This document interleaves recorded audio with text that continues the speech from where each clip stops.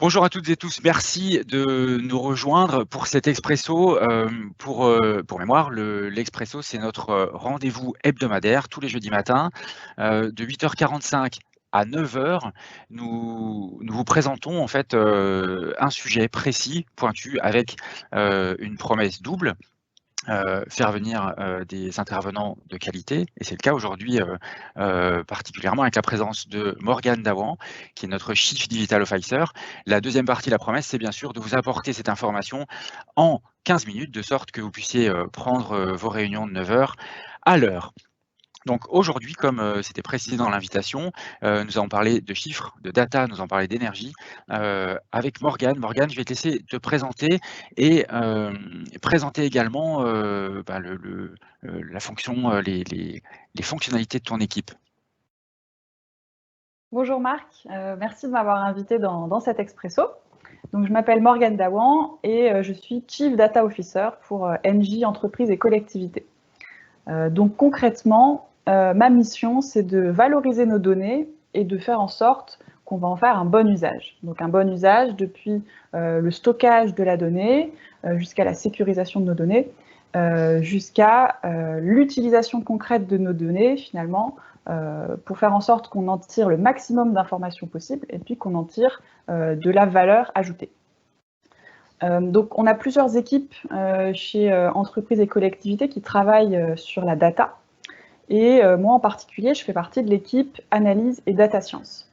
Donc, dans notre équipe, notre objectif, ça va être de faire des modèles analytiques et des modèles prédictifs pour analyser les données et en extraire de la valeur. Donc, par exemple, sur les données de nos clients, notre objectif, ça va être de comprendre au mieux leurs attentes en termes d'offres, de services, pour pouvoir adapter nos offres en conséquence. Sur les données de consommation, par exemple, notre but, ça va être de prédire les consommations pour aider les clients à maîtriser leur conso et donc leur budget. Et puis également, on a des enjeux liés aux données internes, aux données de l'entreprise. Et là, ça va plutôt être l'objectif d'améliorer notre organisation et notre performance interne, puisqu'on est également une entreprise. Donc l'objectif finalement, c'est de quantifier tout ce qu'on va pouvoir quantifier, faire en sorte que nos décisions soient prises basées sur des chiffres et non pas sur des biais ou des préjugés. Donc notre objectif, c'est vraiment d'oublier les idées préconçues et de tout quantifier pour pouvoir prendre des décisions avisées. Donc la data, c'est quoi déjà? Quand on parle de data, on parle de données. Une donnée, c'est une observation qui apporte une information. Donc on va prendre un exemple. Marc, si je te parle du nombre 38 000, qu'est-ce que ça t'inspire, ce nombre? 38 000 comme ça, spontanément, je pense à un code postal. Oui, bah ça pourrait être un code postal, justement. Très bon exemple. Mais en fait, 38 000, moi, je voulais te parler du nombre de clients chez EEC qui nous font confiance. Et donc, du coup, on passe de 38 000, un nombre où on ne sait pas de quoi on parle, à 38 000 clients. Et là, ça devient une information intéressante. Et donc, on peut parler de données. Très bien. Donc, si en synthèse, en fait, on a, si je comprends bien, il y a la quantification, l'existence du chiffre, et aussi la qualité de celui-ci. J'ai compris dans ce que tu as expliqué la notion d'objectif assigné à ton équipe, mais globalement, l'utilité, en fait, à quoi sert la data? Alors, c'est une très bonne question. La data, déjà, elle est partout dans notre quotidien. Si on doit aller quelque part, pour savoir quel est le chemin le plus simple, eh ben, on va utiliser notre smartphone qui va nous optimiser le trajet pour savoir le meilleur chemin pour se rendre d'un point A à un point B. Un autre exemple dans notre vie de tous les jours, c'est ce soir, si tu veux regarder une série sur Netflix, eh ben, Netflix va te proposer des recommandations personnalisées en fonction de tes goûts et il va essayer de deviner qu'est-ce qui pourrait te plaire pour ce soir. Eh ben, chez Engie Entreprises et Collectivités, c'est la même chose. On a plusieurs usages de la data. Le premier, c'est le fait que la data, ça nous permet de tout retenir. Donc, on stocke toute l'information pour n'en perdre aucune. Par exemple, si on a un responsable commercial qui connaît très bien un client, donc il sait très bien ce que recherche ce client en termes d'offres, en termes de services, mais si demain, ce responsable commercial, il a envie de changer de métier, ça serait dommage qu'on doive reposer toutes ces questions à notre client une deuxième fois, parce qu'on ne les a pas stockées, parce qu'on ne les a pas analysées correctement, parce qu'on les a oubliées. Donc la data, déjà, le premier usage, c'est de ne pas perdre ces informations. Et le second usage qui est très important, c'est de prédire des comportements ou prédire, par exemple, dans l'énergie des consommations.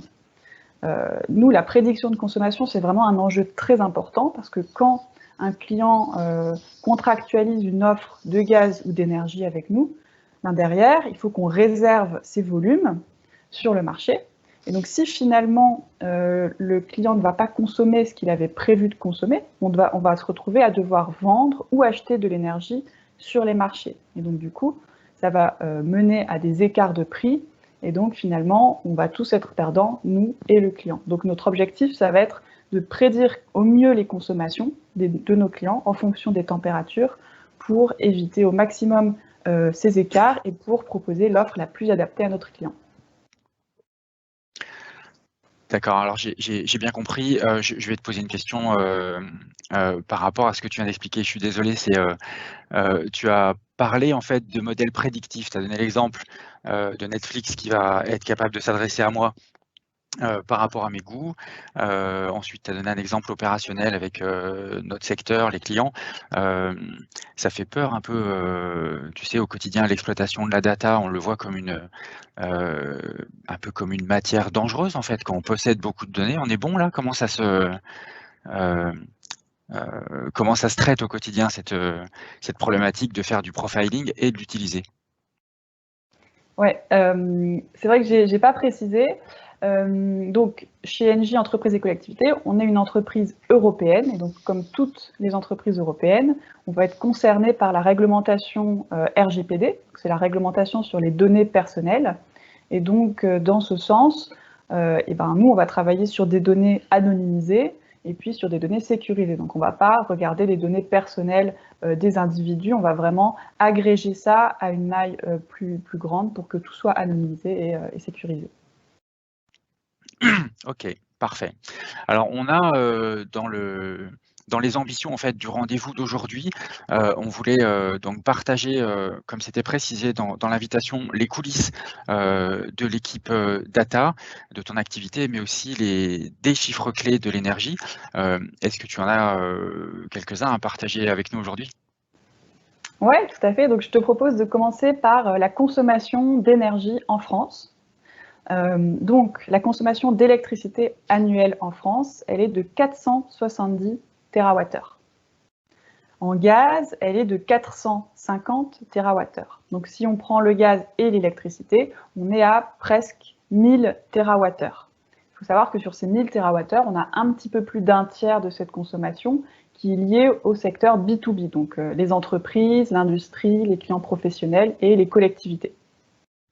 Pour te donner un petit ordre de grandeur, un térawattheure, ça représente 1 milliard de kilowattheures. Et donc, 1 kilowattheure, ça représente la consommation d'un micro-ondes, par exemple, pendant 1 heure. Donc, 1 térawattheure, pour te représenter, il faut imaginer 1 milliard de micro-ondes qui fonctionnent simultanément pendant 1 heure. Et donc, ça représente 1 térawattheure. Donc, comme tu peux l'imaginer, ça représente énormément de données. Et notre boulot, c'est d'exploiter toutes ces données. Ok. Et est-ce que, alors sur là on était sur les chiffres, est-ce que dans l'utilité qu'on peut faire, qu'on peut donner en fait, tu as parlé en introduction, des objectifs assignés à ton équipe, tu as souligné le fait qu'on travaillait pour une entreprise, donc voilà, il fallait une utilité concrète. Cette utilité, est-ce qu'elle se matérialise aussi par des projets? Est-ce qu'il y a des projets que tu peux nous présenter aujourd'hui, enfin au moins un projet? Oui, tout à fait.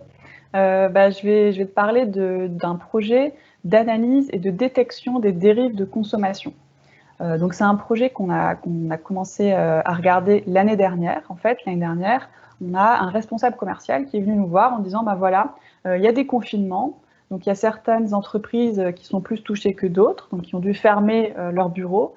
Et donc, moi, j'aimerais bien savoir comment détecter un petit peu les anomalies dans le profil de consommation pour pouvoir alerter mon client et adapter éventuellement son offre à son profil de consommation. Donc, l'objectif du modèle, ça va être de corréler les consommations de gaz et d'électricité à la température, parce qu'on sait très bien que s'il fait froid, comme aujourd'hui par exemple, on va consommer plus pour se chauffer. Et donc, notre objectif, ça va être d'enlever cette corrélation liée au climat, liée à la température, pour ne regarder que la consommation qui est liée vraiment à l'usage. Et donc, finalement, nous, on cherche à détecter des dérives de consommation pour pouvoir alerter rapidement le client en cas de dérive, parce que s'il y a une dérive à la hausse, ça veut peut-être dire qu'il faudrait faire un diagnostic d'efficacité énergétique. Et s'il y a une dérive à la baisse, bon, ça c'est une très bonne nouvelle parce que du coup ça permet de maîtriser le budget. Donc il faut savoir que nous on a fait le modèle là sur le mois dernier, on a détecté 15% de nos sites qui étaient en dérive à la hausse. Donc certains qui sont en hausse depuis un certain moment, depuis déjà plusieurs mois d'affilée. Donc là ça peut vouloir dire qu'on a besoin de faire des actions d'efficacité énergétique. Puis on a également des sites qui sont en dérive uniquement pour un mois donné. Et donc là, ça veut plutôt dire qu'il y a eu un événement particulier, soit un agrandissement, soit par exemple une demande particulière pour un client industriel, une demande de production. Parfait. Morgane, j'aime beaucoup en fait le fait qu'on détaille nos projets là avec notre audience. Je sais que vous avez aussi un projet qui utilise de l'intelligence artificielle, mais vu le timing et les questions qu'on a, je te proposerais bien de revenir dans l'Expresso pour nous parler en fait de ces systèmes. J'ai une dernière question qui a trait en fait à ta dernière publication sur LinkedIn. Tu as fait une liste dans laquelle il y avait une douzaine de chiffres. Je ne sais pas si toutes les personnes présentes aujourd'hui ont eu le loisir de lire ce post, mais est-ce qu'il y a un des chiffres, un des 12 chiffres, avant de passer aux questions en fait, du chat, est-ce qu'il y a un des chiffres sur lequel tu voudrais faire un focus particulier? Écoute, Marc, vu que tu as lu l'article sur LinkedIn, je te propose de ne pas redire un chiffre qui a déjà été dit dedans. Par contre, j'aimerais bien partager avec toi un autre chiffre qui me tient beaucoup à cœur, c'est 4500. 4500, c'est le nombre d'offres vertes que nous avons contractualisées en 2020. Donc, ça représente beaucoup. Faut savoir que dans ces offres vertes, on a à la fois de l'élec verte pour la plupart et également du gaz vert. Et donc là, si ça vous intéresse, le gaz vert, je vous invite à réécouter l'Expresso de la semaine dernière en replay avec Adrien, qui pourra vous parler de tout ça. Il faut savoir aussi que dans ces offres, la plupart sont en 100% vert, mais on peut également avoir des offres 50% vert, 50% gris. On sait très bien que ce ne sont pas forcément les mêmes logiques tarifaires. Et donc, du coup, nous, on propose à chaque client d'adapter son propre mix énergétique pour avoir vraiment des offres sur mesure qui correspondent aux attentes de chacun. Et donc, j'espère qu'on en fera encore plus en 2021. Très bien. Il est 59 avant de conclure. Alors, je précise, il y a eu beaucoup de questions, il y a eu des remarques également sur le chat. On va vous répondre individuellement, comme c'est précisé en en-tête. Je vais prendre une dernière question, en fait, enfin une seule question, et ce sera la dernière. Morgane, on a une personne qui est étudiante et qui nous demande, en fait, si je suis étudiante, je voudrais savoir si votre filière est pérenne, entre parenthèses, donc la data. Qu'est-ce qu'on peut répondre à cette personne ? On peut répondre que la filière est pérenne. Je pense que les métiers data, c'est vraiment des métiers d'avenir. Nous, par exemple, l'année dernière, en 2020, on a lancé un Data Lab en partenariat avec l'école 42. L'école 42, c'est l'école du numérique qui a été fondée par Xavier Niel.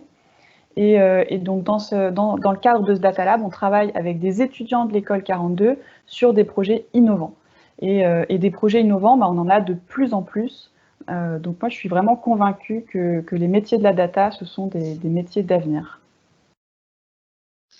Eh bien, très bien, C'est une note très positive en fait pour conclure cet expresso. Merci Morgane. La semaine prochaine, nous revenons avec Justine Juinot qui recevra Quentin Delisle pour faire une analyse des marchés. D'ici là, excellente fin de semaine à toutes et à tous et merci d'avoir participé à cet expresso. Au revoir.